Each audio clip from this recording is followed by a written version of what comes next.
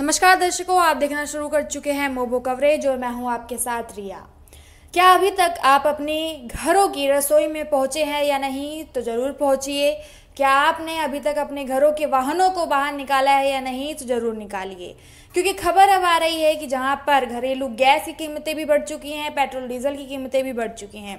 हालांकि आपको पता ही होगा कि किस तरीके से पहले कहा गया था कि जो महंगाई है उस पर काम किया जाएगा, लेकिन जिस तरीके की खबर या मार अब जनता पर देखी जा रही है वो साफ नजर आ रहा है। लेकिन आज तक की रिपोर्ट में आपको पढ़कर बताऊं, हालांकि ये पीटीआई ने भी डाला, यानी कि काफ़ी ट्रेंडिंग न्यूज़ है कि जहाँ पर एलपीजी 50 रुपये बढ़ा दी गई है उसकी कीमत, और वहीं पर जो पेट्रोल है वो 80% पैसे में बढ़ाया गया है। अब मैं आपको बताऊं कि आज तक ने जो रिपोर्ट डाली है वो क्या कहती है, पहले आप वो स्क्रीन पर देखिए। इसमें लिखा है कि एलपीजी प्राइस हाइक, एक झटके में 50 रुपये महंगी हो गई रसोई गैस। इस शहर में 1000 रुपये से महंगा हुआ सिलेंडर। और उसके साथ ही में लिखा है कि ऑयल मार्केटिंग कंपनियों ने मंगलवार को रसोई गैस सिलेंडर के दाम बढ़ा दिए। इसकी कीमत में पिछले साल अक्टूबर से कोई बदलाव नहीं हुआ था। आपको पता है कि उत्तर प्रदेश में चुनाव हुए, चुनाव के बाद नतीजे आए, नतीजों के दौरान काफ़ी सारे वादे भी किए गए। अमित शाह का एक वीडियो, पहले आप वो देखिए कि वो क्या कह रहे थे उस टाइम पर जब उत्तर प्रदेश की रैलियां चल रही थी सिलेंडर्स को लेकर। उन्होंने क्या कहा, पहले आप वो। हमने तय किया है 1,67,00,000 माताओं को जो गैस का चूल्हा और सिलेंडर दिया है, सभी को होली और दिवाली पर एक एक गैस का सिलेंडर भी फ्री ऑफ कॉस्ट देने का काम किया। 20 तारीख को होली है, 10 तारीख को काउंटिंग है, 10 को भाजपा सरकार बना दीजिए, 20 तारीख को गैस का सिलेंडर आपके घर पर आ जाएगा। अब वीडियो साफ है, लेकिन उसके साथ में गृह मंत्री ही नहीं, प्रधानमंत्री क्या कहते हैं वो भी आप देखिए। जब 2013 में स्पीच हो रही थी, जब वो भाषण दे रहे थे, उन्होंने क्या कहा वो आप सुनिए। मित्रों, गैस हो, पेट्रोल हो, डीजल हो, हर प्रकार से महंगाई बढ़ रही है कि नहीं बढ़ रही है? अच्छा, आपको ये याद है, लोग भूल जाते हैं इसलिए याद कराता हूं, वो हर 3 महीने से बयान देते थे बस 3 महीने में ठीक हो जाएगा, कहते थे कि नहीं कहते थे? इस बारिश के बाद ठीक हो जाएगा, कहते थे कि नहीं कहते थे? ऐसा कहते कहते 5 साल निकाल दिए ना। भरोसा इसीलिए तो टूट गया है। भरोसा इसीलिए तो टूट गया है। प्रधानमंत्री का कहना है कि भरोसा इसीलिए तो टूट गया है क्योंकि पहले से वो कह रहे हैं कि बारिश होगी तब ठीक हो जाएगा, महंगाई तब कम हो जाएगी, या फिर कुछ और कारण, लेकिन भरोसा इसीलिए तो उठ गया है। लेकिन अब प्रधानमंत्री को कौन बताए कि धीरे धीरे जनता का भी भरोसा उन पर से उठता जा रहा है। जो बात आपने पहले कही वो आज भी लागू होती है, जहां पर आप कह रहे हैं कि महंगाई कम होगी, लेकिन महंगाई इस समय कितनी ज़्यादा ऊंचाई छू रही है वो आप सभी के सामने है। हालांकि आपको पता है कि प्रधानमंत्री जब आए तो उन्होंने साथ में कई सारी योजनाओं को वो लेकर आए, जिसमें से उज्ज्वला योजना भी देखी जाती है, जिसमें एलपीजी सिलेंडर को घर तक पहुंचाने का काम किया। यानी कि चाहे गांव की महिला हो या शहर की महिला हो, हर एक किचन तक, हर एक रसोई तक गैस सिलेंडर पहुंचा। लेकिन अब वो गैस सिलेंडर का फ़ायदा ही क्या जब आप उसके प्राइस को इतना ज़्यादा बढ़ा दें, यानी कि उसको क्या कहें कि माटी की तरह या फिर पानी में बहा दिया जाए या फिर क्या किया जाए। पहले तो विजुअल देखिए, क्या इस तरीके से उसका हाल किया जाए।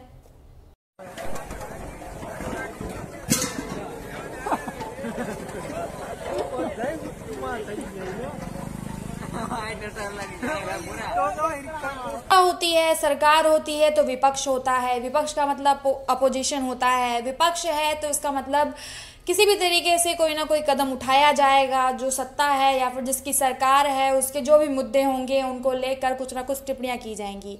स्मृति ईरानी ने जिस तरीके से कहा, उस समय कांग्रेस की सरकार थी, तब सिलेंडर के क्या दाम थे उसको लेकर उन्होंने प्रोटेस्ट किया, धरना किया। कई सारे पिक्चर्स भी इस समय उनकी वायरल हो रही हैं, ट्विटर पर कहें या फिर FB पर कहीं कहीं पर भी आप देखेंगे किस तरीके से उनके जो वीडियोज़ है वो वायरल हो रही हैं। पहले स्पीच में सुनिए कि वो कैसे कह रही हैं कि आम आदमी की सरकार पर कितना ज़्यादा प्रभाव डालता है, मतलब आम आदमी के पॉकेट पर कितना ज़्यादा प्रभाव डालता है। वो धरना करने की बात कर रही हैं, जब वो पहले विपक्ष में थी उस समय उन्होंने क्या कहा वो आप सुनिए।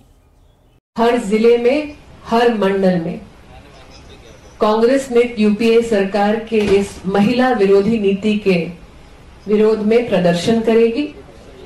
एलपीजी के बड़े दामों के खिलाफ प्रदर्शन होगा, एलपीजी पर जो कैप है उसके खिलाफ प्रदर्शन होगा।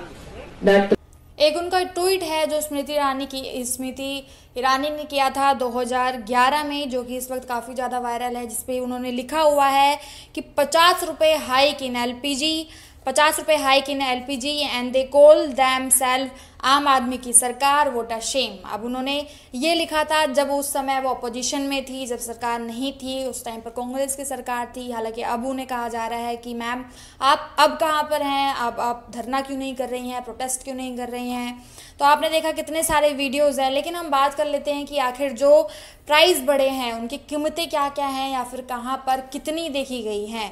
पिक्चर्स बहुत सारी हैं, लेकिन आप देखिए मैं आपको बताती हूँ कि कितने दाम जो हैं वो बढ़े हैं और कितनी संख्या में उन्हें देखा जा रहा है।